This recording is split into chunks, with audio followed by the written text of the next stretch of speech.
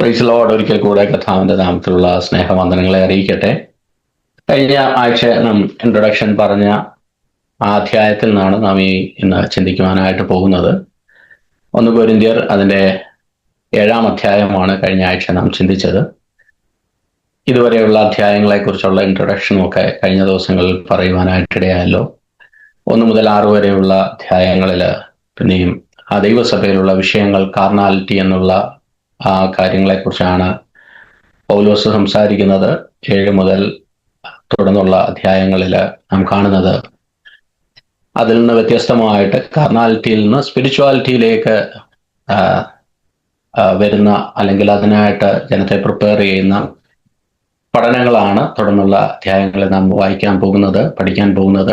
7-ാമത്തെ അധ്യായത്തിൽ മെയിനായിട്ട് വിവാഹത്തെക്കുറിച്ചാണ് ഇവിടെ പറഞ്ഞിരിക്കുന്നത്.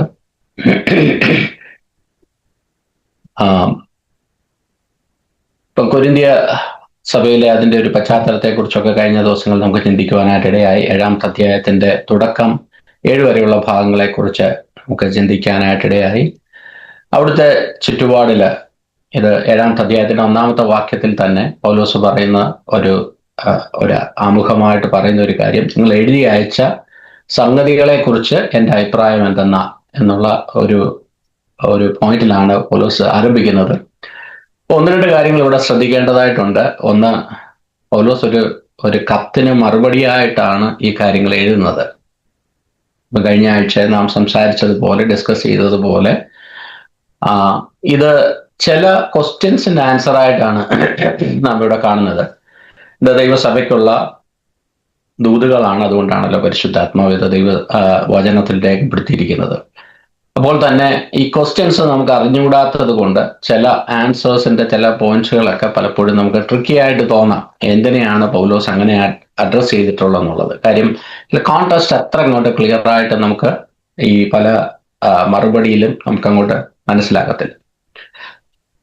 എനിവേ, ഇവിടെ പൗലോസ് 1-2 കാര്യങ്ങൾ ഇവിടെ വളരെ പ്രധാനമായിട്ടും പറഞ്ഞിട്ടുള്ള ഒന്ന്, ഇത് കർത്താവിന്റെ കൽപ്പനയോട് ചേർന്ന് നിൽക്കുന്ന, അല്ലെ കൽപ്പനയിലുള്ള കാര്യങ്ങളെക്കുറിച്ച് പൗലോസ് അഭിപ്രായം പറയുന്നില്ല. യേശു തന്നെ അതിനെക്കുറിച്ച് സംസാരിച്ചിട്ടുണ്ടല്ലോ. അതിന് അഡീഷണൽ ആയിട്ടുള്ള കാര്യങ്ങളെക്കുറിച്ചാണ് പൗലോസ് ഇവിടെ പറയുന്നത്. ഒരു ആമുഖമായിട്ട് ഞാനിവിടെ പറഞ്ഞു. നമുക്ക് ഈ അധ്യായത്തിലേക്ക് കയറാം.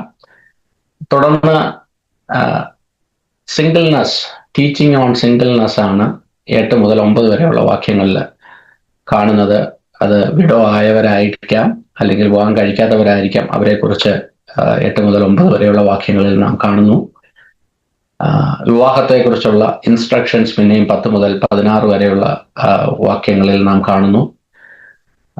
17 മുതൽ 24 വരെയുള്ള വാക്യങ്ങളിൽ നാം വായിക്കുന്നത് remain as you are called, നിങ്ങളെ ആ വിളിക്കനുസരിച്ച് നിങ്ങൾ നിൽക്കുക എന്നുള്ളതിനെ കുറിച്ചാണ് ആ ഭാഗങ്ങളിൽ നാം വായിക്കുന്നത്.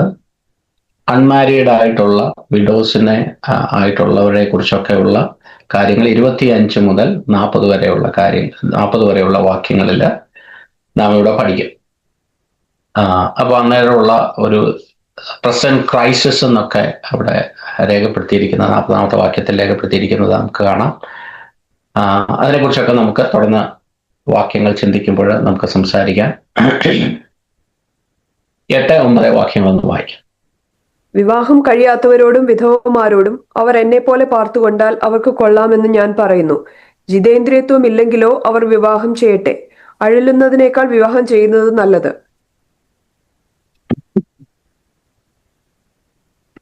ഇവിടെ 2 കാര്യങ്ങൾ ഇവിടെ പൗലോസ് പറഞ്ഞിരിക്കുന്നത്. വിവാഹം കഴിക്കാത്തവർ, സിംഗിൾനെസ്, വിവാഹം കഴിക്കാതെ ഇരിക്കുന്നത് വിധവമാരോട് പറയുന്ന ഒരു കാര്യമാണ്. അവരെന്നെ പോലെ പാർത്തു കൊണ്ടിരുന്നാൽ അവർക്ക് നല്ലത്. ഇപ്പൊ ഇവിടെ കഴിഞ്ഞ അധ്യായത്തിൽ നാം ചിന്തിച്ചതുപോലെ വിവാഹം കഴിക്കുന്നതോ കഴിക്കാത്തതോ സ്പിരിച്വാലിറ്റി ആയിട്ടുള്ള ബന്ധമില്ല.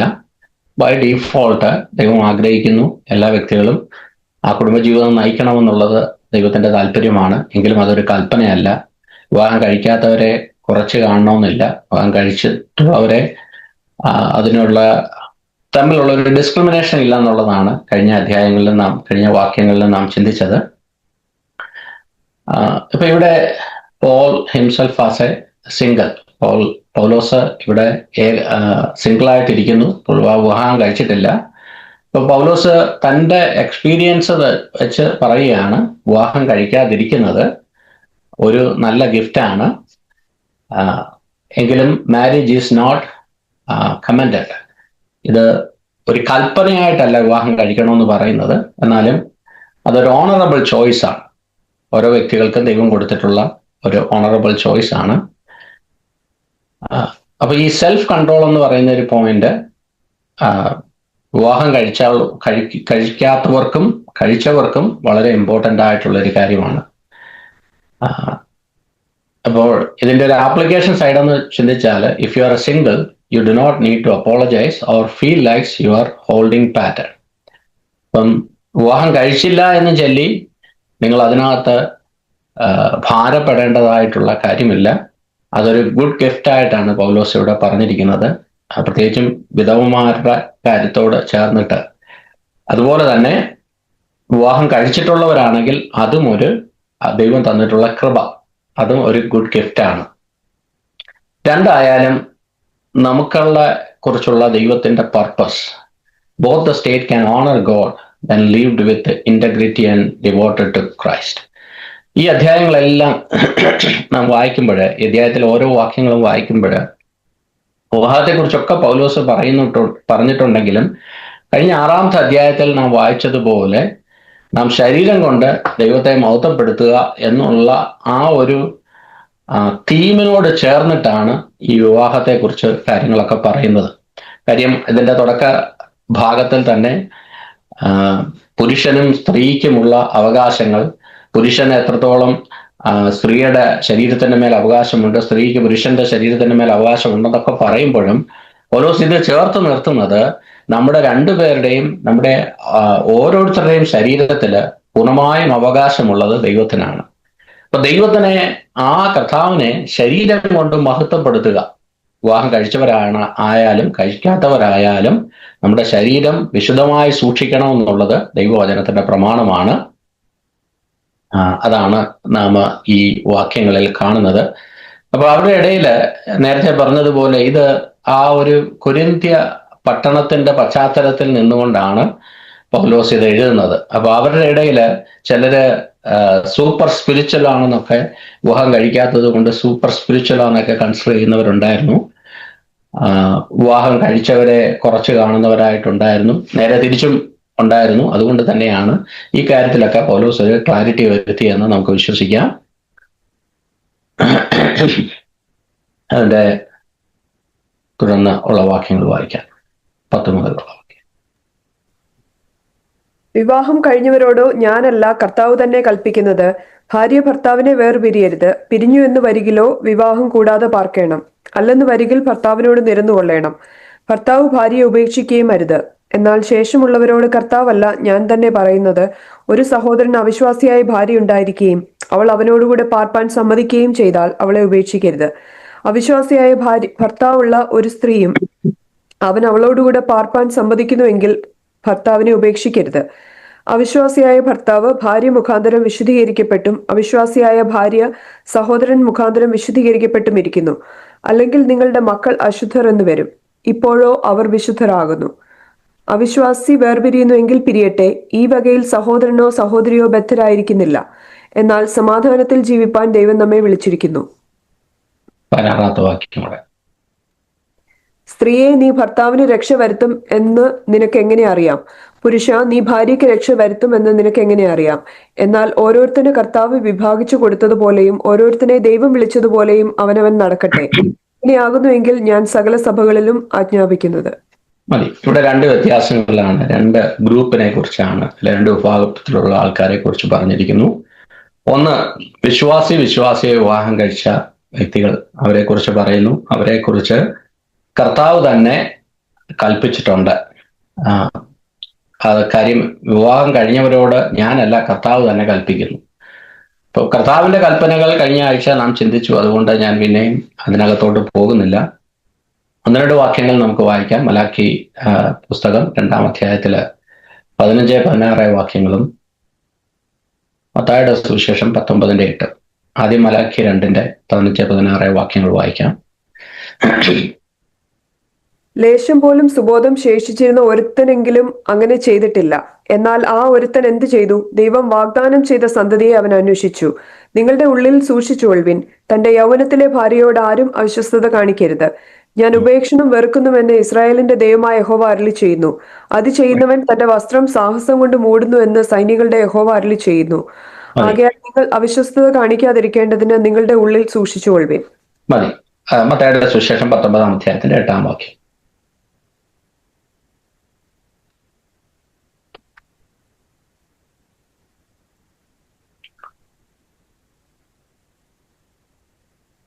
നിങ്ങളുടെ ഹൃദയകാഠിന്യ നിമിത്തം അത്രേ ഭാര്യമാരെ ഉപേക്ഷിപ്പാൻ മോശ അനുവദിച്ചത്. ആദിയിൽ അങ്ങനെ അല്ലായിരുന്നു.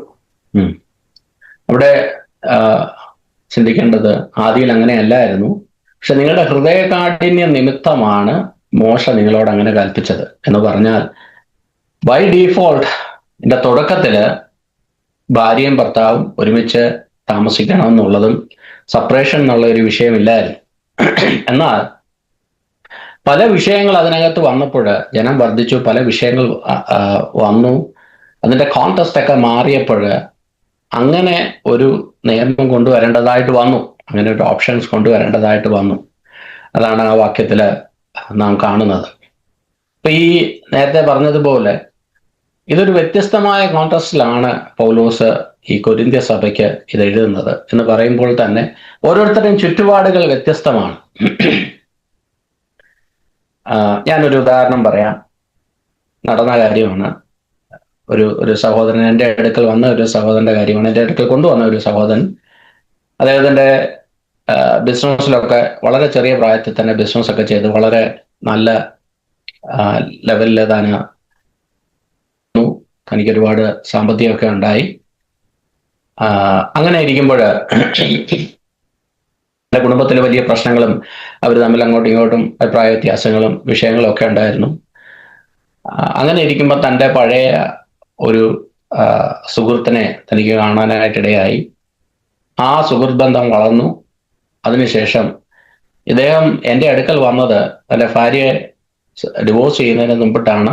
അദ്ദേഹത്തിൻ്റെ ബ്രദറാണ് എൻ്റെ അടുക്കൽ ഇദ്ദേഹത്തിനെ കൊണ്ടുവന്ന് കണക്ട് ചെയ്തത്. അത് പറഞ്ഞതിൻ്റെ ഉദ്ദേശം, ഇപ്പൊ പുള്ളി ഡിവോഴ്സിന് റെഡി ആയതിന്റെ കാരണം ഈ ഗോട്ട് ആൻ അനദർ ഓപ്ഷൻ. പുള്ളിയുടെ ഒരു സുഹൃത്തിനെ അല്ലെങ്കിൽ പണ്ട് വിവാഹം കഴിക്കണമെന്ന് ആഗ്രഹിച്ചിരുന്ന ഒരു വ്യക്തിയുമായിട്ട് പിന്നെ കണക്ട് ആയി കഴിഞ്ഞപ്പോൾ തൻ്റെ മനസ്സിനകത്ത് ഉടനെ ഒരു ചിന്ത വന്നു, ഈ വിവാഹ ജീവിതത്തിൽ എന്തായാലും പ്രശ്നങ്ങളാണ്. അപ്പൊ ഇങ്ങനെ മുന്നോട്ട് നടക്കാതെ ഒരു കാര്യം ചെയ്താൽ നല്ലതായിരുന്നു. ഇതിനെ അങ്ങ് ഉപേക്ഷിച്ചിട്ട് പണ്ടേ ഒരു മനസ്സിൽ ആഗ്രഹമുള്ളായിരുന്ന ഒരു സ്ത്രീയെ കണ്ടപ്പോൾ ആ വിവാഹത്തിനോട് ആ സ്ത്രീയെ വിവാഹം കഴിക്കുന്നതിനകത്ത് തെറ്റൊന്നുമില്ലെന്നാണ് ഇദ്ദേഹത്തിന്റെ മനസ്സിൽ ചിന്തിച്ചിരുന്നത്. ഞാൻ പറഞ്ഞത് ഓരോരുത്തരുടെയും സാഹചര്യം വ്യത്യസ്തമാണ്. പുള്ളിയുടെ ഇന്റൻഷനേ ഡിഫറെന്റ് ആണ്. അപ്പൊ ഇന്ന് ഈ പ്രശ്നങ്ങളെല്ലാം വലുതായതിന്റെ ഒരു കാരണം തൻ്റെ ഒരു പഴയ സുഹൃത്തിനെ തനിക്ക് കാണുവാനായിട്ടിടയായതാണ്. അവരുടെ കുടുംബജീവിതത്തിലെ പ്രശ്നങ്ങളും കൂടുതൽ വഷളാക്കുവാനായിട്ടിടയായത്. അവരുടെ നേരത്തെ കുടുംബത്തിൽ പ്രശ്നങ്ങൾ ഉണ്ടായിരുന്നു. ഞാൻ പറഞ്ഞതിൻ്റെ സാഹചര്യം മറ്റൊന്നുമല്ല, ഓരോരുത്തരുടെയും സാഹചര്യങ്ങൾ വ്യത്യസ്തമാണ്. അപ്പൊ ഇങ്ങനെയുള്ള കാര്യത്തിൽ ദൈവവചനം വളരെ ക്ലിയർ ആണ്. ബൈ ഡീഫോൾട്ട് ഇതിനകത്ത് പറഞ്ഞിരിക്കുന്ന ഒരു കാര്യം, ഷുഡ് നോട്ട് സെപ്പറേറ്റ്. സെപ്പറേഷൻ അല്ല എല്ലാത്തിൻ്റെ ഒരു പരിഹാരം. അവിടെ പറയുന്നത് നിരന്നു കൊള്ളാനാണ് തിരുവചനം നമ്മളെ പഠിപ്പിക്കുന്നത്. കഴിയുമെങ്കിൽ ഇഫ് സെപ്പറേറ്റഡ് റിമെയിൻ അൺമാരീഡ്. അപ്പൊ ഞാൻ ഇത് വാക്യം വായിച്ചപ്പോൾ എൻ്റെ മനസ്സിൽ പെട്ടെന്ന് വന്ന ഒരു ചിന്ത ഇതാ, ഇഫ് സെപ്പറേറ്റഡ് റിമെയിൻ അൺമാരീഡ് എന്ന് പറയുന്ന ഒരു ചിന്ത അകത്തുണ്ടെങ്കിൽ പെട്ടെന്ന് കയറി അങ്ങ് സെപ്പറേറ്റ് ആകത്തില്ല. ഈ പർട്ടിക്കുലർ കേസിൽ ഞാൻ പറഞ്ഞില്ല, ഇതൊരു ഡോക്ടറിനൊന്നും ആക്കാൻ പറ്റത്തില്ല. ഒരു പർട്ടിക്കുലർ കേസിൽ ഈ പുള്ളിക്ക് പെട്ടെന്ന് ഇത് സെപ്പറേറ്റ് ചെയ്യണമെന്ന് തോന്നിയതിന്റെ കാരണം ഈ ഗോട്ട് ആൻ അനദർ ഓപ്ഷൻ. അപ്പൊ വേറൊരു ഓപ്ഷൻ വന്നപ്പോൾ ഇതങ്ങ് സെപ്പറേറ്റ് ചെയ്താൽ കൊള്ളാമെന്ന് തോന്നി. ഞാൻ പറഞ്ഞതിന്റെ ഒരു പക്ഷേ പരിശുദ്ധാത്മാവ് ഇങ്ങനെ രേഖപ്പെടുത്തിയതിന്റെ കാരണം ഇങ്ങനെയുള്ള വ്യക്തികളുള്ളത് കൊണ്ടായിരിക്കാം. കൊരിന്ത്യ സഭയിലും ഇങ്ങനെ ഒരു ചെറിയൊരു ലൂപ്പോള് തിരുവചനത്തിൽ എവിടെയെങ്കിലും കൊടുത്താൽ ആൾക്കാർ അതിനെ മിസ്യൂസ് ചെയ്യുവാനായിട്ടുള്ള സാഹചര്യമുണ്ട്. അതുകൊണ്ട് തന്നെയാണ് പൗലോസ് ഇവിടെ എംഫസൈസ് ചെയ്ത് പറഞ്ഞിരിക്കുന്നത്, അങ്ങനെ സെപ്പറേറ്റ് ആയി കഴിഞ്ഞാൽ റിമെയിൻ അൺമാരീഡ്, അല്ലെങ്കിൽ അവളോട് പോയി നിരന്നു കൊള്ളട്ടെ. അത് തിരുവചനം പൗലോസ് പറയുന്നു, ഇത് വിവാഹം കഴിച്ചവരോട് എൻ്റെ കൽപ്പനയല്ല, ഇത് ദൈവത്തിന്റെ കർത്താവിന്റെ കൽപ്പനയാണ്, അത് ഫോളോ ചെയ്യുക. അല്ലാതെ പൗലോസ് ബിലീവേഴ്സ് അൺമാരീഡ് അൺബിലീവേഴ്സ് എന്നുള്ള ഒരു കാര്യത്തിൽ തൻ്റെതായ ഒരു അഭിപ്രായം, പാസ്റ്റോറിയൽ അഡ്വൈസ് ദൈവം തനിക്ക് കൊടുത്തിരിക്കുന്ന വിഷ്ടത്തെ കൊണ്ട് താൻ പറയുകയാണ്, അവിശ്വാസിയായ ഭർത്താവുള്ള ഒരു സ്ത്രീയും അവൻ അവളോടുകൂടെ പാർക്കാൻ സമ്മതിക്കുന്നുവെങ്കിൽ ഭർത്താവിനെ ഉപേക്ഷിക്കരുത്. അവിടെയും നേരത്തെ പറഞ്ഞതുപോലെ നമ്മുടെ മനുഷ്യന്റെ ഹൃദയത്തിനകത്തുള്ള ചിന്തകൾ പലപ്പോഴും പ്യുവർ ആയിരിക്കണമെന്നില്ല, ഇന്റൻഷൻസ് കറക്റ്റ് ആയിരിക്കണമെന്നില്ല.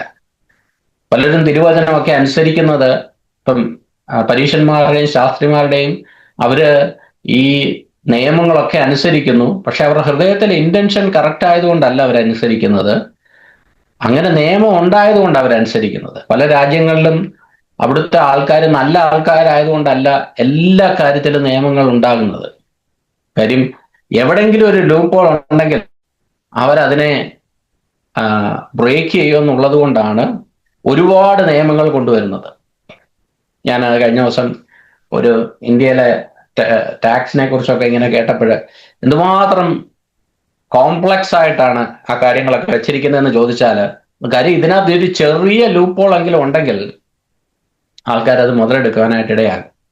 അപ്പൊ അതുകൊണ്ടാണ് പൗലോസ് ഇവിടെ വളരെ സ്ട്രിക്റ്റ് ആയിട്ട് ചില കാര്യങ്ങൾ എഴുതിയിരിക്കുന്നത് എന്ന് ഞാൻ പൂർണ്ണമായിട്ടും വിശ്വസിക്കുന്നു. അപ്പൊ അൺബിലീവേഴ്സും ബിലീവേഴ്സുമായിട്ടുള്ള ഒരു ബന്ധത്തിലും പഠിപ്പിക്കുന്ന ഒരു കാര്യം, അവര് ഒരുമിച്ച് മുന്നോട്ട് പോകണം. അവിടെയും അവർക്കൊരു അവസരം കൊടുക്കുന്നില്ല പൗലോസ്, ഇതൊരു ചാൻസ് ആക്കി അല്ലെങ്കിൽ ഇതൊരു ഇൻസിഡന്റ് ആക്കി നിങ്ങൾ വേർപിരിയരുത്. അവിശ്വാസി വേർപിരിയുന്നെങ്കിൽ വേർപിരിയട്ടെ. അവിടെ പൗലോസ് എംഫസൈസ് ചെയ്യാൻ 15ാമത്തെ വാക്യത്തിൽ എംഫസൈസ് ചെയ്യുന്ന ഒരു കാര്യം, ഇനിയും നിങ്ങളെ ആരെങ്കിലും നിങ്ങൾ വിശ്വാസത്തിൽ വന്നതുകൊണ്ട് വേർപിരിയുന്നുവെങ്കിൽ അവർക്ക് വേർപിരിയാനുള്ള സമ്മതമുണ്ട്. കാര്യം അവിടെ പറയുന്ന ഒരു കാര്യം, നിങ്ങളുടെ സ്പൗസിനേക്കാൾ കൂടുതൽ, നിങ്ങളുടെ അപ്പനേക്കാളും അമ്മയെക്കാളും ഇവരെക്കാൾ ഉപരിയായിട്ട് കർത്താവിനെ സ്നേഹിക്കുകയും സേവിക്കണം എന്നുള്ളതാണ് തിരുവചനത്തിന്റെ കൽപ്പന. ആ ഒരു പ്രമാണത്തിൽ നിന്നുകൊണ്ട് പൗലോസ് പറയുന്നു, അവിശ്വാസി വേർപിരിയുന്നുവെങ്കിൽ വേർപിരിയട്ടെ. ഈ വകയിൽ സഹോദരനോ സഹോദരിയോ ബദ്ധനായിരിക്കില്ല, എന്നാൽ സമാധാനത്തിൽ ജീവിപ്പാൻ ദൈവം നമ്മളെ വിളിച്ചിരിക്കുന്നു. അപ്പൊ നമ്മുടെ വിളിയുടെ ഉദ്ദേശം, ദൈവത്തിന്റെ ഇന്റൻഷൻ സമാധാനത്തിൽ ജീവിക്കുവാൻ വേണ്ടിയിട്ടുള്ള, അത് വിശ്വാസിയും തമ്മിലായിട്ടുള്ളതാണെങ്കിലും വിശ്വാസിയും തമ്മിലോട്ടുള്ള ഒരു വിവാഹബന്ധമാണെങ്കിലും ദൈവം നമ്മളെക്കുറിച്ച് ആഗ്രഹിക്കുന്നത് നിങ്ങൾ ജയോത്സവമായി സന്തോഷത്തോടുകൂടെ സമാധാനത്തോടുകൂടെ താമസിക്കണമെന്നുള്ളത് തന്നെയാണ്. എങ്കിലും ഇവിടെ പറഞ്ഞിരിക്കുന്ന അർത്ഥം ഇത് പലരുടെ ഇടയിലും, പ്രത്യേകിച്ചും പുതുതായിട്ട് വിശ്വാസത്തിൽ വരുന്നവരുടെയൊക്കെ ജീവിതത്തിൽ ഉണ്ടാകുന്ന ഒരു വലിയ ചലഞ്ചാണ്. അവരാദ്യം വിശ്വാസത്തിൽ വരുമ്പോൾ അവരുടെ പങ്കാളി വിശ്വാസത്തിലേക്ക് വന്നിട്ടില്ലെങ്കിൽ അവരുടെ ജീവിതത്തിൽ അതിൻ്റെതായ റിലേറ്റഡ് ആയിട്ടുള്ള പല വിഷയങ്ങളും ഉണ്ടാകുവാനുള്ള സാഹചര്യമുണ്ട്. അപ്പൊ അങ്ങനെയുള്ള കേസിൽ പൗലോസ് ഇവിടെ വളരെ ജ്ഞാനത്തോടെ പക്വതയോടെ പറഞ്ഞിരിക്കുന്ന ഒരു കാര്യം, എന്നാൽ ഇവര് ഒരുമിച്ച് താമസിക്കുവാണെങ്കിൽ അതൊരു ഹോപ്പാണ്. വിശ്വാസിയും ഒരുമിച്ച് താമസിക്കുവാണെങ്കിൽ ഈ വിശ്വാസി മൂലം അവിശ്വാസി രക്ഷിക്കപ്പെടുവാനായിട്ട് കാരണമായി തീരും. 14ാമത്തെ വാക്യം ഒന്ന് വായിക്കാം. അവിശ്വാസിയായ ഭർത്താവ് ഭാര്യ മുഖാന്തരം വിശുദ്ധീകരിക്കപ്പെടും, അവിശ്വാസിയായ ഭാര്യ സഹോദരൻ മുഖാന്തരം വിശുദ്ധീകരിക്കപ്പെട്ടും ഇരിക്കുന്നു. അല്ലെങ്കിൽ നിങ്ങളുടെ മക്കൾ അശുദ്ധർ എന്ന് വരും, അപ്പോഴോ അവർ വിശുദ്ധരാകുന്നു.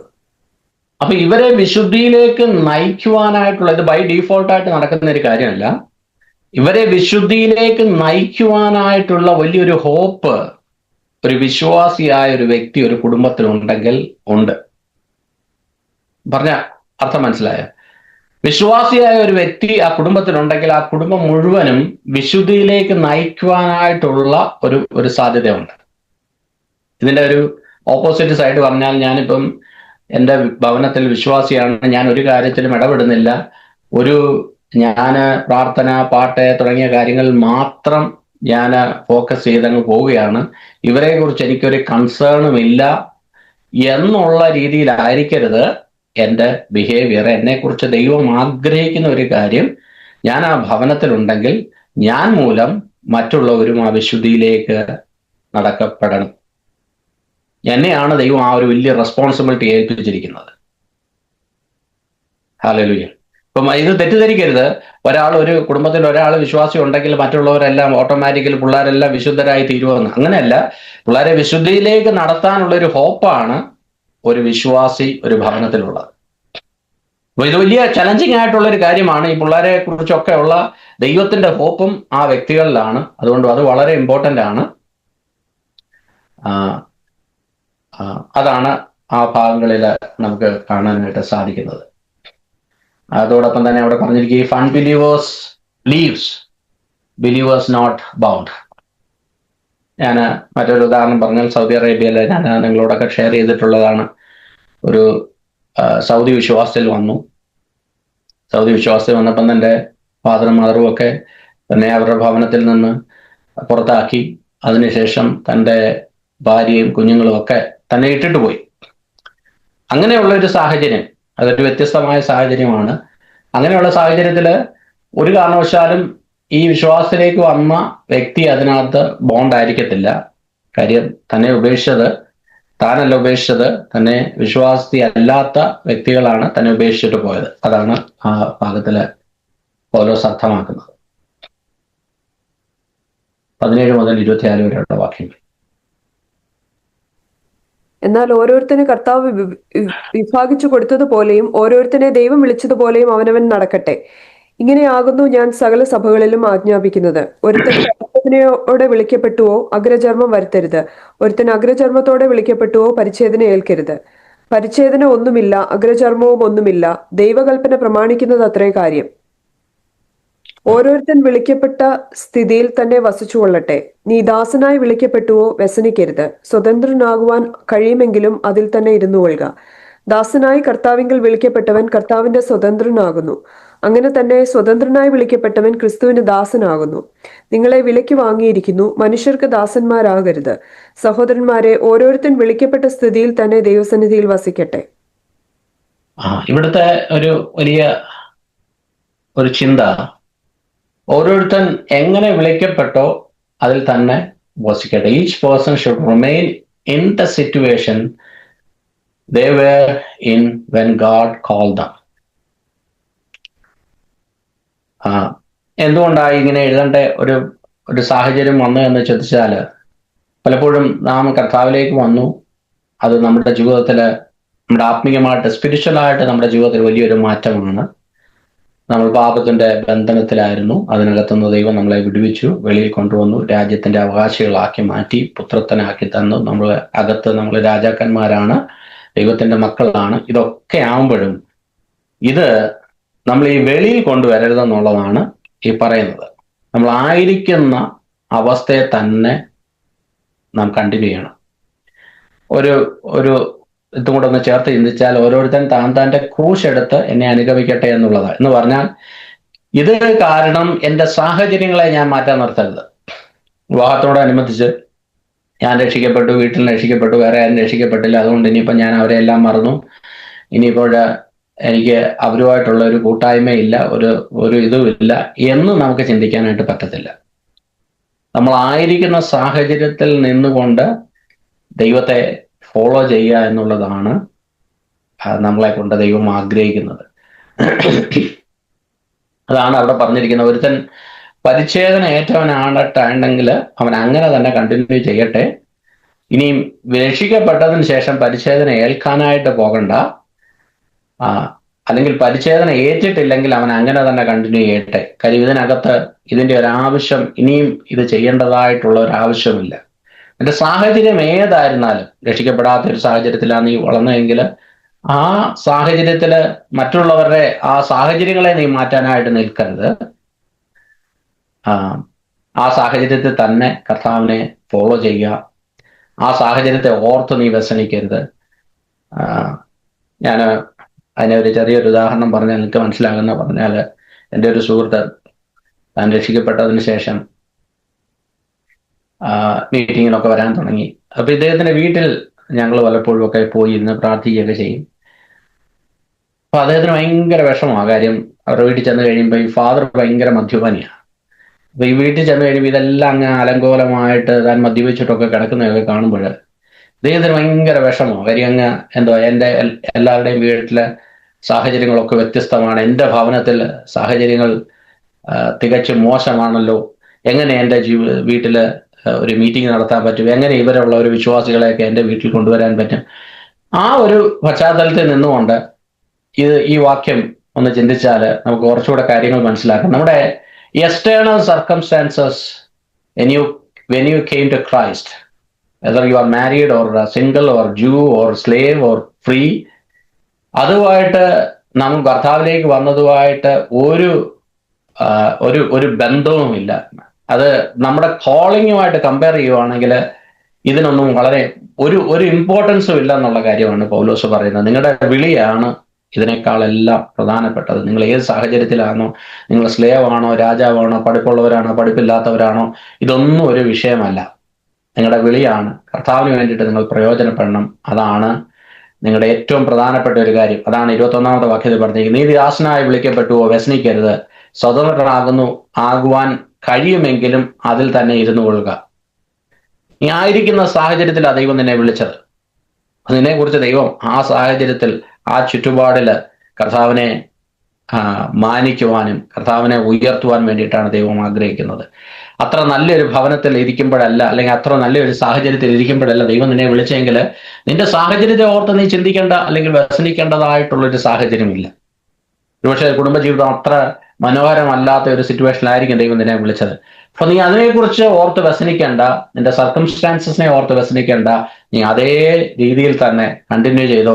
ദൈവത്തിന്റെ സമയമാകുമ്പോൾ, ദൈവത്തിന് നിന്നെ മാനിക്കാനുള്ള സമയത്ത് ദൈവം സർക്കംസ്റ്റാൻസസിനെ ഒക്കെ മാറ്റുവാനായിട്ട് ഇടയാകും. ഹല്ലേലൂയ. അപ്പൊ നിങ്ങൾ ഏത് സാഹചര്യത്തിലാണ്, you can honour him in your marriage, അല്ലെങ്കിൽ നിങ്ങൾ ആയിരിക്കുന്ന സെപ്പറേറ്റഡ് ആണെങ്കിൽ, നിങ്ങൾ ഏത് സാഹചര്യത്തിലാണെങ്കിലും ദൈവത്തിന് നിങ്ങളെ അവിടെ ഓണർ ചെയ്യുവാനായിട്ട് ഇടയാകും. നിങ്ങൾ കർത്താവിലേക്ക് വരുന്ന അതേ സാഹചര്യത്തിൽ തന്നെ കണ്ടിന്യൂ ചെയ്തു എന്നുള്ളതാണ് പൗലോസ് കൊരിന്ത്യ ലേഖനത്തിൽ അവരെ ഓർമ്മിപ്പിക്കുന്നത്. ഞാൻ പൂർണ്ണമായിട്ടും വിശ്വസിക്കുന്നു, ഈ വ്യത്യസ്തമായ വല്ലാത്ത സാഹചര്യത്തിൽ നിന്നൊക്കെ വന്ന വ്യക്തികൾ അവരുടെ ഒരുപക്ഷെ അവരുടെ ജീവിതത്തിൽ അവര് ഡിവോഴ്സ്ഡ് ആയിട്ട് അല്ലെങ്കിൽ സെപ്പറേറ്റഡ് ആയിട്ടൊക്കെ ആയിരിക്കുന്നവര് അവര് വിശ്വാസത്തിലേക്ക് വരുമ്പോൾ അവരെ എങ്ങനെ ട്രീറ്റ് ചെയ്യണമെന്നുള്ള ഒരു ചോദ്യമായിരിക്കാം, ആ ചോദ്യത്തിന് ഉത്തരമായിരിക്കാം പൗലോസ് ഇവിടെ രേഖപ്പെടുത്തിയിരിക്കുന്നതെന്ന് ഞാൻ പൂർണ്ണമായിട്ടും വിശ്വസിക്കുന്നു. തുടർന്ന് 25 മുതൽ 28 വരെയുള്ള വാക്യം. കന്യകമാരെ കുറിച്ച് എനിക്ക് കർത്താവിന്റെ കൽപ്പനയില്ല, എങ്കിലും വിശ്വസ്തനാകുവാൻ തക്കവണ്ണം കർത്താവിന്റെ കരുണ ലഭിച്ചവനായി ഞാൻ അഭിപ്രായം പറയുന്നു. ഇപ്പോഴത്തെ കഷ്ടത നിമിത്തം ഞാൻ പറഞ്ഞതുപോലെ മനുഷ്യൻ അങ്ങനെ തന്നെ ഇരിക്കുന്നത് അവന് നന്ന് എന്നെനിക്ക് തോന്നുന്നു. നീ ഭാര്യയോട് ബന്ധപ്പെട്ടിരിക്കുന്നുവോ, വേർപാട് അന്വേഷിക്കരുത്. നീ ഭാര്യയില്ലാത്തവനോ, ഭാര്യയെ അന്വേഷിക്കരുത്. നീ വിവാഹം ചെയ്താലും ദോഷമില്ല, കന്യകയും വിവാഹം ചെയ്താൽ ദോഷമില്ല. എങ്കിലും ഇങ്ങനെയുള്ളവർക്ക് ജഡത്തിൽ കഷ്ടതയുണ്ടാകും. അത് നിങ്ങൾക്ക് വരരുത് എന്നെന്റെ ആഗ്രഹം. അവിടെ ഒരു പദം ഇവിടെ ഉപയോഗിച്ചിരിക്കുന്നു, 25-ാമത്തെ വാക്യത്തിൽ ഉപയോഗിച്ചിരിക്കുന്നു. 26-ാമത്തെ വാക്യത്തില് മലയാളത്തിൽ ഉപയോഗിച്ചിരിക്കുന്നത് ഇപ്പോഴുള്ള കഷ്ടത നിമിത്തം, due to present crisis it is good to remain as you are. അതെന്തിനെ കുറിച്ചാണ് പൗലോസ് അവിടെ പറഞ്ഞിരിക്കുന്നതെന്ന് വളരെ ക്ലിയർ അല്ല.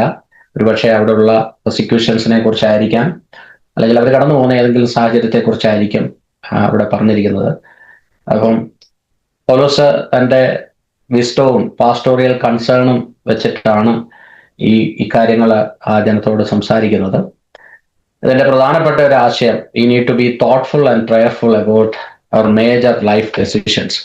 നമ്മൾ ഏത് ജീവിതത്തിൽ തീരുമാനമെടുത്താലും നമ്മുടെ ജീവിതത്തിൽ പ്രാർത്ഥനയോടും ദൈവസന്നിധിയിൽ അത് റൈറ്റ് ആയിട്ടുള്ള ഡെസിഷൻ ആണെന്നുള്ളതും അതിനൊരു കൺഫർമേഷൻ ലഭിച്ചതിന് ശേഷം വേണം അങ്ങനെയുള്ള തീരുമാനങ്ങൾ എടുക്കാൻ. അന്നത്തെ സാഹചര്യം വെച്ചിട്ടാണ് പൗലോസ് അത് എഴുതിയിരിക്കുന്നതെങ്കിലും ഇന്നത്തെ സാഹചര്യത്തിലും അത് വളരെ ആപ്ലിക്കബിൾ ആണ്. നമ്മളെപ്പോഴും ഒരു വൈസ് കൗൺസിലർ നമ്മളെപ്പോഴും ആഗ്രഹിക്കണം. നല്ല ജ്ഞാനമുള്ള ഒരു ആലോചന പല കാര്യങ്ങളും നമുക്ക് ആവശ്യമുള്ളിടത്ത് നമ്മൾ ചാടി കയറി ഒരു ഡിസിഷൻ എടുക്കരുത്. വിവാഹത്തോടുള്ള ബന്ധത്തിലാണെങ്കിൽ പോലും അതൊക്കെ വളരെ ദൈവത്തിന്റെ കൃപയിൽ ആശ്രയിച്ച് ദൈവത്തിന്റെ ഗൈഡൻസ് പ്രകാരം വേണം ഓരോ കാര്യങ്ങളും ഇത് റിലേറ്റഡ് ആയിട്ട് എടുക്കാനുള്ളതെന്നുള്ളതാണ് ഇതിന്റെ ഒരു ആപ്ലിക്കേഷൻ സൈഡ്.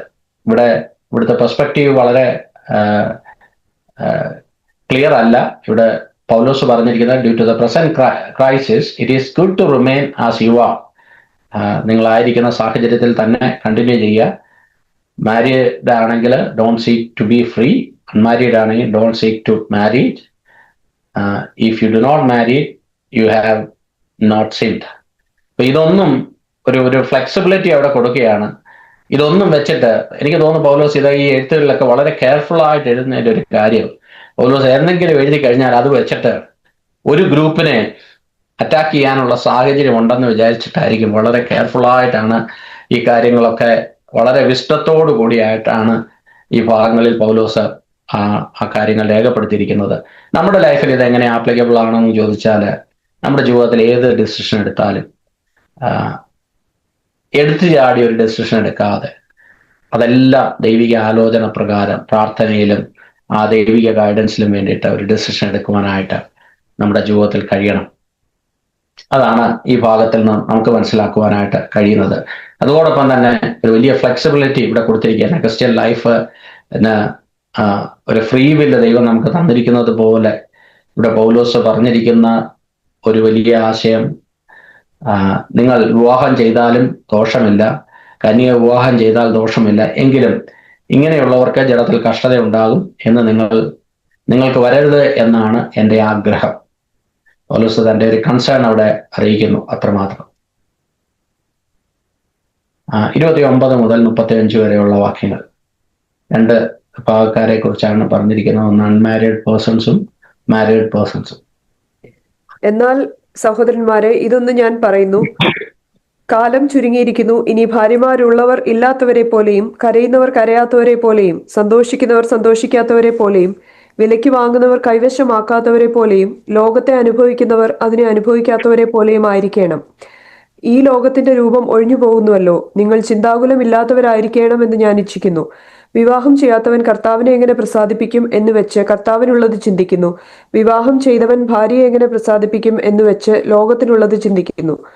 അതുപോലെ ഭാര്യയായവൾക്കും കന്യകയ്ക്കും തമ്മിൽ വ്യത്യാസമുണ്ട്. വിവാഹം കഴിയാത്തവൾ ശരീരത്തിലും ആത്മാവിലും വിശുദ്ധയാകേണ്ടതിന് കർത്താവിനുള്ളത് ചിന്തിക്കുന്നു. വിവാഹം കഴിഞ്ഞവൾ ഭർത്താവിനെ എങ്ങനെ പ്രസാദിപ്പിക്കും എന്ന് വെച്ച് ലോകത്തിനുള്ളത് ചിന്തിക്കുന്നു. ഞാനിത് കുടുക്കിടുവാനല്ല, യോഗ്യത വിചാരിച്ചും നിങ്ങൾ ചാബല്യം കൂടാതെ കർത്താവിങ്കൽ സ്ഥിരമായി വസിക്കേണ്ടതിനും നിങ്ങളുടെ ഉപകാരത്തിനായിട്ട് അത്രേ പറയുന്നത്.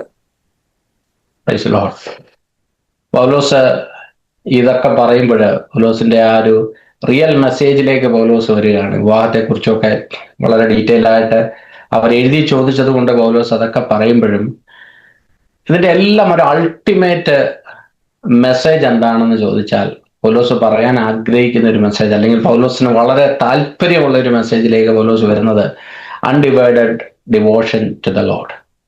ദൈവവുമായിട്ട് അൺഡിവൈഡഡ് ആയിട്ടുള്ള ഒരു ഡിവോഷൻസ്, അതാണ് ദൈവം നമ്മളിൽ നിന്ന് ആഗ്രഹിക്കുന്നത്.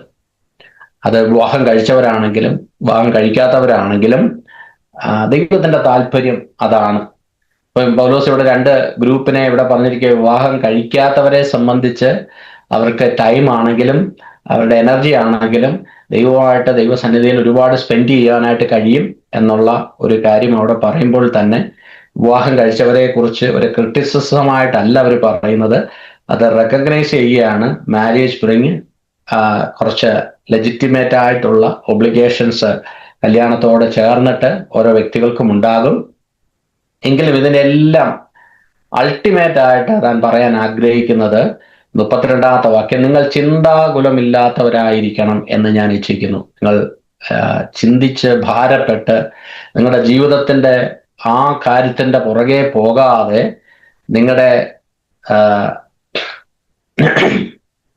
നിങ്ങളൊരു കാര്യം 31ാമത്തെ വാക്യത്തിൽ പറഞ്ഞു, ഈ ലോകത്തിന്റെ രൂപം ഒഴിഞ്ഞു പോകുന്നുവല്ലോ, അതുകൊണ്ട് നിങ്ങൾ ചിന്താകുലമില്ലാത്തവരായിരിക്കണം എന്ന് ഞാൻ ഇച്ഛിക്കുന്നു. വിവാഹം ചെയ്തവർ കർത്താവിനെ എങ്ങനെ പ്രസാദിപ്പിക്കണമെന്ന് വിചാരിച്ച് കർത്താവിനുള്ളത് ചിന്തിക്കുന്നു. അപ്പൊ ദൈവം നമ്മളെക്കുറിച്ച് എല്ലാം ആഗ്രഹിക്കുന്ന ഒരു കാര്യം, നമ്മുടെ ഇപ്പം വിവാഹം കഴിഞ്ഞവരെ സംബന്ധിച്ച് അവരുടെ ആ റെസ്പോൺസിബിലിറ്റിയിൽ നിന്ന് ഓടിപ്പോകണമെന്നല്ല തിരുവചനം നമ്മളെ പഠിപ്പിക്കുന്നത്.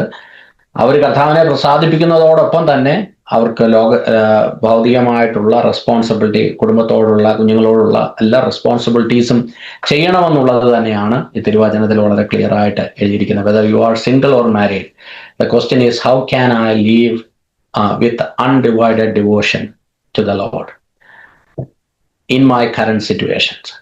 അതാണ് നമ്മുടെ ഓരോരുത്തരുടെയും ലൈഫിൽ. ഇത് എനിക്ക് ബൈബിൾ ക്ലാസ്സിൽ പഠിപ്പിക്കാൻ പറ്റുന്ന ഒരു സബ്ജക്റ്റ് അല്ല, അല്ലെങ്കിൽ ബൈബിൾ ക്ലാസ്സിൽ ഇങ്ങനെ ജീവിക്കണമെന്ന് എനിക്ക് നിങ്ങളോട് പറയാൻ പറ്റത്തില്ല. കാര്യം നിങ്ങളുടെ എല്ലാം സാഹചര്യം വ്യത്യസ്തമാണ്, ഈ ചുറ്റുപാടുകൾ വ്യത്യസ്തമാണ്. പക്ഷെ നാം നമ്മോട് തന്നെ ചോദിക്കുകയും ഡിഫൈൻ ചെയ്യുകയൊക്കെ ചെയ്യേണ്ട ഒരു കാര്യം, എൻ്റെ ഈ കറണ്ട് സിറ്റുവേഷനിൽ, എൻ്റെ ഈ കറണ്ട് സർക്കംസ്റ്റാൻസസിൽ എനിക്ക് കർത്താവിനോട് എങ്ങനെ, how can I live with undivided devotion, എനിക്ക് എങ്ങനെ കർത്താവിനോട് അതേ ഡിവോഷനിൽ, അതേ കമ്മിറ്റ്മെന്റിൽ ജീവിക്കാൻ പറ്റുമെന്നുള്ള ഒരു ചോദ്യം നമ്മളോട് ഓരോരുത്തരോടും നാം ചോദിക്കണം. നേരത്തെ പറഞ്ഞതുപോലെ മാരേജ്, നമുക്ക് വിവാഹം കഴിഞ്ഞതുകൊണ്ട് ഇതൊന്നും ഇതിന് തടസ്സമാകുന്നില്ല. വിവാഹം കഴിഞ്ഞതുകൊണ്ട് നമ്മുടെ റെസ്പോൺസിബിലിറ്റി കൂടുന്നെന്നുള്ള ഒരു സത്യമാണ്. അത് തിരുവചനം അതിനെ റെക്കഗ്നൈസ് ചെയ്യുന്നു, തിരുവചനം അതിനെ അക്സെപ്റ്റ് ചെയ്യുന്നു. അതുകൊണ്ട് തന്നെ നമ്മുടെ റെസ്പോൺസിബിലിറ്റീസ് ഒന്നും അല്ലെങ്കിൽ അതിനകത്തൊന്നും ഒളിച്ച് ഓടാനായിട്ട് തിരുവചനം നമ്മളെ പഠിപ്പിക്കുന്നില്ല. ഈ റെസ്പോൺസിബിലിറ്റിയോട് കൂടെ ദൈവത്തെ എങ്ങനെ പ്രസാദിപ്പിക്കണം എന്നുള്ളതാണ് ദൈവം നമ്മളെ കുറിച്ച് ആഗ്രഹിക്കുന്നത്. 35-ാമത്തെ വാക്യത്തില് പിന്നെയും പൗലോസ് പറയുന്നത്, ഇത് നിങ്ങളെ കുടുക്കിടുവാനായിട്ടല്ല, യോഗ്യത വിചാരിച്ച് നിങ്ങൾ ചാബല്യം കൂടാതെ കർത്താവിങ്കിൽ സ്ഥിരമായി വസിക്കേണ്ടതിന് നിങ്ങളുടെ ഉപകാരത്തിന് അത്രേ എഴുതുന്നത്. അപ്പൊ അവിടെ ഒരു പദം ഉപയോഗിച്ചിട്ടുണ്ട്, സ്ഥിരമായി വസിക്കേണ്ടതിന്. ഞാൻ മനസ്സിലാക്കുന്നത് ഈ തിരുവചനം വളരെ പ്രാക്ടിക്കലാണ്. ഒരു ആവേശം കൊള്ളിക്കുന്ന ഒരു പ്രസ്താവനയും അതിനകത്ത് ആൾക്കാർക്ക് ജീവിക്കാൻ പറ്റാത്ത കുറെ കാര്യങ്ങളുമല്ല നമ്മുടെ തിരുവചനം പഠിപ്പിക്കുന്നത്. തിരുവചനത്തിൽ എന്ത് എഴുതിയിരുന്നാലും അത് പ്രാക്ടിക്കലാണ്, പോസിബിൾ ആണ്. അതുകൊണ്ട് തന്നെയാണ് ഇതിനകത്ത് നമ്മുടെ കുറവുകളും കുറ്റങ്ങളും നമ്മുടെ അതേ സാഹചര്യങ്ങൾ പച്ചയായിട്ട് തിരുവചനത്തിൽ എഴുതിയിരിക്കുന്നത്. പല ഗ്രന്ഥങ്ങളും ഒക്കെ വായിക്കുമ്പോൾ ഭയങ്കര ആവേശം കൊള്ളും, പക്ഷെ അതനുസരിച്ച് ജീവിക്കാനായിട്ട് കഴിയത്തില്ല. പക്ഷെ തിരുവചനത്തില് വളരെ ക്ലിയർ ആയിട്ട് നമ്മളെ പഠിപ്പിക്കുന്ന ഒരു കാര്യം, എങ്ങനെ തിരുവചന പ്രകാരം ജീവിക്കാൻ കഴിയും എന്നുള്ളത് നമ്മുടെ ജീവിതത്തിലെ ഏറ്റവും വലിയൊരു ആഗ്രഹമായിരിക്കണം. അതോടൊപ്പം തന്നെ ഇത് വളരെ പ്രാക്ടിക്കലാണ്. അതുകൊണ്ടാണ് അവിടെ എഴുതിയിരിക്കുന്നത്, ഇത് നിങ്ങളെ കുടുക്കിടുവാൻ വേണ്ടിയിട്ടല്ല, യോഗ്യത വിചാരിച്ച് നിങ്ങൾ ചാബല്യം കൂടാതെ കർത്താവിങ്കിൽ സ്ഥിരമായി വസിക്കേണ്ടതിന് നിങ്ങളുടെ ഉപകാരത്തിന് അത്രേ എഴുതുന്നത്. Not to burden or restrict believers, to help them live with focus and devoted to Christ, to promote what is appropriate and conducive to spiritual growth. ഇതാണ് പൗലോസ് ഈ വചനങ്ങളിൽ നിന്ന് തൻ്റെ ലേഖനങ്ങളിൽ താൻ എഴുതുമ്പോൾ ഇത് മനസ്സിൽ വിചാരിച്ചിട്ടാണ്. കൊരിന്ത്യൻസിനെ സംബന്ധിച്ച് പൗലോസിന് എപ്പോഴും തൻ്റെ ഹൃദയത്തിലെ ആഗ്രഹം അവർക്ക് ബെസ്റ്റ് ആയിട്ടുള്ളത് സംഭവിക്കണം എന്ന് വിചാരിച്ചിട്ടാണ് ഇത് ഓരോ കാര്യങ്ങളും വളരെ ഡീറ്റെയിൽ ആയിട്ട് എഴുതുന്നത്. അതുകൊണ്ട് തന്നെയാണ് പല കാര്യങ്ങളിലും വളരെ സ്ട്രിക്റ്റ് ആയിട്ട് ഞാൻ ഇങ്ങനെ ഓരോ കാര്യങ്ങൾ പറയാത്തത്. കാര്യം ഓരോരുത്തരുടെയും സാഹചര്യം വ്യത്യസ്തമാണ്. സോ അതുകൊണ്ട് ഒരു കാര്യത്തിൽ അങ്ങനെ സ്ട്രിക്റ്റ് ആയിട്ടൊരു ഒരു ഇൻസ്ട്രക്ഷൻ കൊടുക്കാതെ തൻ്റെതായ അഭിപ്രായത്തിൽ താൻ ഇങ്ങനെ ചെയ്യുന്നത് നല്ലതായിരിക്കും. എങ്കിലും ഓരോരുത്തരുടെയും സാഹചര്യങ്ങൾ വ്യത്യസ്തമാണ്. ഈ തിരുവചനത്തിന്റെ ഗൈഡൻസിനനുസരിച്ച് ജീവിക്കുവാൻ വേണ്ടിയിട്ടാണ് ദൈവം നമ്മളെക്കുറിച്ച് ആഗ്രഹിക്കുന്നത് എന്നുള്ള കാര്യങ്ങളൊക്കെ വളരെ വ്യക്തമായിട്ട് ഇതിനകത്ത് നമ്മളെ പഠിപ്പിക്കുന്നത്. ഹല്ലേലൂയ.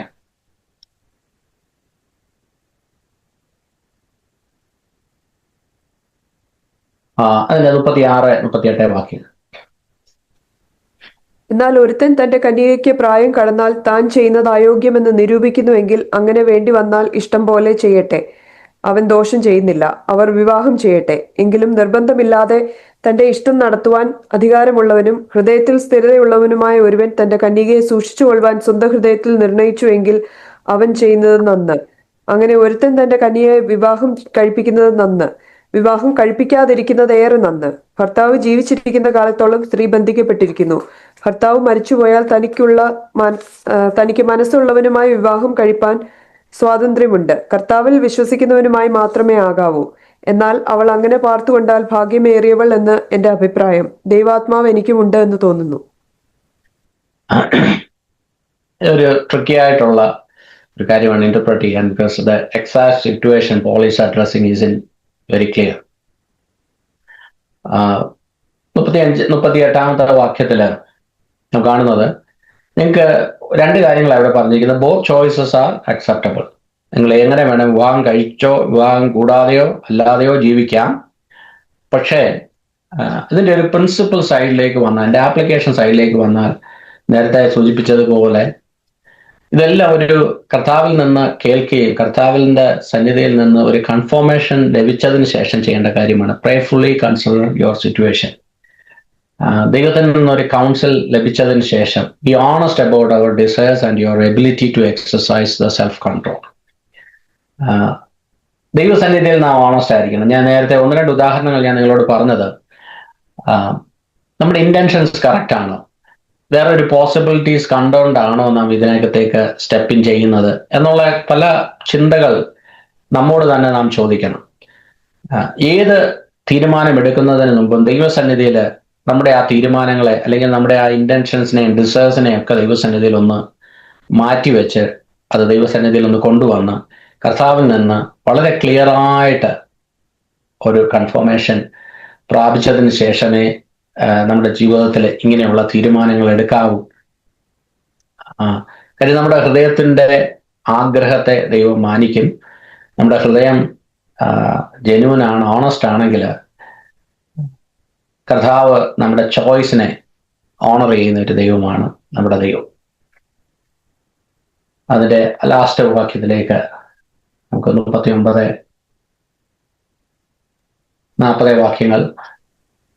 ഭർത്താവ് ജീവിച്ചിരിക്കുന്ന കാലത്തോളം സ്ത്രീ ബന്ധിക്കപ്പെട്ടിരിക്കുന്നു. ഭർത്താവ് മരിച്ചുപോയാൽ തനിക്ക് മനസ്സുള്ളവനുമായി വിവാഹം കഴിവാൻ സ്വാതന്ത്ര്യമുണ്ട്. കർത്താവിൽ വിശ്വസിക്കുന്നവനുമായി മാത്രമേ ആകാവൂ. എന്നാൽ അവൾ അങ്ങനെ തന്നെ പാർത്തുകൊണ്ടാൽ ഭാഗ്യമേറിയവൾ എന്ന് എന്റെ അഭിപ്രായം. ദൈവാത്മാവ് എനിക്കുമുണ്ട് എന്ന് തോന്നുന്നു. പൗലോസ് വളരെ ഹംബിളായിട്ട് പറയുകയാണ്, എനിക്കും ദൈവാത്മാവൊക്കെ ഉണ്ടെന്ന് തോന്നുന്നു. Praise the Lord. നമ്മുടെ ഓരോരുത്തരും നമ്മളൊക്കെ ചിന്തിക്കുന്നത് നമുക്കേ ഉള്ളൂ എന്നുള്ളതാണ്. പൗലോസ് വളരെ ഹംബിളായിട്ട് പറയും, എനിക്ക് ദൈവാത്മാവ് ഉണ്ടെന്നൊക്കെ എനിക്ക് തോന്നുന്നു. അപ്പം ഈ അഭിപ്രായം എല്ലാം പറഞ്ഞത് ആ ഒരു സ്പിരിച്വൽ ഗൈഡൻസിലാണെന്നുള്ളതാണ് പൗലോസ് പറയുന്നത്. അപ്പൊ ഇതിന്റെ തുടക്കത്തിൽ പറയുന്നു, താൻ റീഅഫേം ചെയ്യുകയാണ്. മാരേജ് എന്ന് പറഞ്ഞാൽ അത് പെർമനന്റ് ആയിട്ടുള്ള ഒരു കവനന്റ് ആണ്. അപ്പൊ ഈ കവനന്റിൽ നിന്ന് ഒരാള് വെളിയിൽ വരണമെങ്കിൽ അത് മരണം കൊണ്ട് മാത്രമാണ് വെളിയിൽ വരുന്നത് എന്നുള്ളതാണ് അതിന്റെ ലാസ്റ്റ് പറഞ്ഞൊരു കൺക്ലൂഷനിൽ പൗലോസ് നിർത്തുന്നത്. കർത്താവ് ജീവിച്ചിരിക്കുന്നിടത്തോളം കാലം സ്ത്രീ ബന്ധിക്കപ്പെട്ടിരിക്കുന്നു. അത് മാരേജിന്റെ ഒരു പെർമനന്റ് നേച്ചറിനെ കുറിച്ചാണ് പറഞ്ഞിരിക്കുന്നത്. It's A covenant that last until death. അപ്പം അങ്ങനെയാണെങ്കിൽ പോലും ഒരുപാട് സിറ്റുവേഷൻസ് നമ്മൾ ചിന്തിക്കുവാനായിട്ട് ഇടയായി. ഇതിനെല്ലാത്തിനും ഉപരിയായിട്ട് നമ്മൾ വിവാഹ ജീവിതമൊക്കെ ഉള്ളപ്പോഴും തന്നെ ഈ ഭാഗങ്ങളിൽ പല വാക്യങ്ങളിലും പൗലോസ് പിന്നെയും നമ്മളെ ഓർമ്മിപ്പിക്കുന്ന ഒരു കാര്യം, നമ്മൾ വിവാഹം കഴിച്ചാലും കഴിച്ചില്ലേലും നമ്മൾ കർത്താവിനുള്ളതാണ്. കർത്താവിനെ പ്രീതിപ്പെടുത്തുവാനും കർത്താവിനെ പ്രസാദിപ്പിക്കാനും വേണ്ടിയിട്ടാണ് നമ്മുടെ ജീവിതത്തിലെ ഏറ്റവും പരമപ്രധാനമായ ലക്ഷ്യം. ദൈവസന്നിധിയിൽ ഒരു അൺഡിവൈഡഡ് ആയിട്ടുള്ള ഒരു ഡിവോഷൻ നമുക്ക് ദൈവസന്നിധിയിൽ കൊടുക്കുവാനായിട്ട് കഴിയണം. ഇവിടെ ഒരു ഫ്രീഡം ഇവിടെ കൊടുത്തിരിക്കുന്ന widow is free to remarry. പക്ഷേ അതിനകത്തൊരു കണ്ടീഷൻ വെച്ചിരിക്കുന്നു. കണ്ടീഷൻ എങ്ങനെയാണ്? Must marry another believer in the Lord. ഒരു വിശ്വാസിയായവരെയാണ് പിന്നെ വിവാഹം കഴിക്കുവാനായിട്ടുള്ള കണ്ടീഷൻ ഉള്ളത്. ഇവിടെ അനേക ഭാഗങ്ങളിൽ നാം ഈ കാര്യങ്ങളൊക്കെ ചിന്തിക്കുവാനായിട്ടിടയായി. എങ്കിലും പൗലോസ് പറയാണ്, അവൾ തന്നെ പാർത്തുകൊണ്ട് ആ ഭാഗ്യമേറിയവരെന്ന് എൻ്റെ അഭിപ്രായം. ദൈവാത്മാവ് എനിക്കുണ്ട് എന്ന് എനിക്ക് തോന്നുന്നു. ഇപ്പൊ ഒന്ന് രണ്ട് ഈ പൗലോസിന്റെ അഭിപ്രായങ്ങൾ ഇതിനകത്ത് പറഞ്ഞതിന് ശേഷം പൗലോസ് അതൊരു സ്ട്രിക്റ്റ് ആയിട്ട് ഒരു കമാൻഡായിട്ടൊന്നും അവിടെ പറയുന്നില്ല. ഓരോരുത്തർക്കും അവരുടേതായ ഫ്രീ വില്ലുണ്ട്, ഓരോരുത്തരുടെ സിറ്റുവേഷൻ ഡിഫറെൻ്റ് ആണ്, അതിനനുസരിച്ച് പ്രാർത്ഥിച്ച് ദൈവികമായിട്ടൊരു ഡിസിഷൻ എടുക്കുക. ഇപ്പൊ ഈ അധ്യായത്തിന്റെ ഒരു കീ തീമായിട്ട് നാം കാണുന്നത് both marriage and singleness are gift from God. വിവാഹം കഴിച്ചതും കഴിക്കാതിരിക്കുന്നതും എല്ലാം ദൈവത്തിന്റെ ഒരു കൃപയിലാണ് നടക്കുന്നത്. Marriage is permanent, only the death release the bond. ഇതൊരു കവനന്റ് ആണ്, മരണത്താലാണ് ഈ മരണത്തിന് മാത്രമാണ് ഇതിനെ കവനന്റിൽ നിന്ന് വെളിയിൽ കൊണ്ടുവരുവാനായിട്ട് കഴിയത്തുള്ളൂ. Believers should marry believers. വിശ്വാസിയായവരെയാണ് വിവാഹം കഴിക്കേണ്ടത്. അവർ സർക്കംസ്റ്റാൻസസ് മാറ്റർ ലെസ് ദാൻ അവർ ഡിവോഷൻ ടു ക്രൈസ്റ്റ്. നമ്മുടെ സാഹചര്യം, നാം വിശ്വാസത്തിലേക്ക് കടന്നു വരുമ്പോഴുള്ള നമ്മുടെ സാഹചര്യങ്ങളെ ഓർത്ത് നമ്മൾ അധികം വിഷമിക്കേണ്ട കാര്യമില്ല. സാഹചര്യം മാറിയാലും മാറിയില്ലേലും അതിനകത്ത് ദൈവത്തിന് വലിയ കൺസേൺ ഇല്ല. പക്ഷെ നിങ്ങളുടെ കോളിംഗ് ആണ്, നിങ്ങളുടെ ഡിവോഷനിലാണ് ദൈവം സാധിക്കുന്നത്. അതോടൊപ്പം തന്നെ പൗലോസോട് പറയുന്നു, തൻ്റെ ജീവിതത്തിന്റെ എക്സ്പീരിയൻസിൽ നിന്ന് പറയുന്ന ഒരു കാര്യം, singleness allow for undivided devotion to the lord. അതെല്ലാവരുടെയും ജീവിതത്തിൽ നടക്കണമെന്നില്ല. പൗലോസ് തൻ്റെ ജീവിതത്തിൽ, തൻ്റെ അഭിപ്രായത്തിൽ, തൻ്റെ എക്സ്പീരിയൻസിൽ നിന്ന് അത് നമ്മെ പഠിപ്പിക്കുന്നു. അതോടൊപ്പം തന്നെ പല കാര്യങ്ങളും ഇതിനകത്ത് ഒരു റിജിഡ് കമാൻഡായിട്ടല്ല, പകരം ഇതൊരു പാസ്റ്റോറിയൽ വിസ്ഡമായിട്ട് ഈ ഭാഗങ്ങൾ നമ്മുടെ ജീവിതത്തിൽ അനുഗ്രഹമായി തീരും. ഇതിനെല്ലാം പ്രധാനപ്പെട്ടത് 6-ാമത്തെ അധ്യായത്തിൽ നാം ചിന്തിച്ചതുപോലെ ഗോഡ്സ് ഗ്ലോറിയാണ് ആൻഡ് അവർ ഹോളിനെസ്. ഇത് രണ്ടും ആയിരിക്കണം നമ്മുടെ ഏത് ഡെസിഷൻസിനെയും ഗവേൺ ചെയ്യേണ്ടത്. നമ്മുടെ വിവാഹ ബന്ധത്തിനോട് അനുസരിച്ചും സിംഗിളായിട്ട് താമസിക്കുന്ന കാര്യത്തിലും പിന്നെ റീമാരേജ്, ഇതിനകത്തെല്ലാം ഒരുപാട് കാര്യങ്ങളെക്കുറിച്ച് നമുക്ക് ഒന്ന് ഓടിച്ച് ചിന്തിക്കുവാനായിട്ടിടയായി. ഇതിൻ്റെ എല്ലാം പ്രധാനപ്പെട്ട ഒരു തത്വം നാം വിശുദ്ധിയിലും വേർപാടിലും ദൈവസന്നിധിയിൽ ദൈവത്തിൻ്റെ ആലയമായിട്ട് നാം കാണപ്പെടണം. ഇതാണ് ദൈവത്തിന് നമ്മളെക്കുറിച്ചുള്ള ആഗ്രഹം. ദൈവം തന്നെ എസ്റ്റാബ്ലിഷ് ചെയ്തിട്ടുള്ള ഒരു ഇൻസ്റ്റിറ്റ്യൂഷനാണ് മാരേജ്. അതിനു വേണ്ടിയിട്ട് നമ്മളെ സഹായിക്കുന്നത് ദൈവം ഈ വചനങ്ങളാൽ നമ്മളെ അനുഗ്രഹിക്കുമാറാകട്ടെ.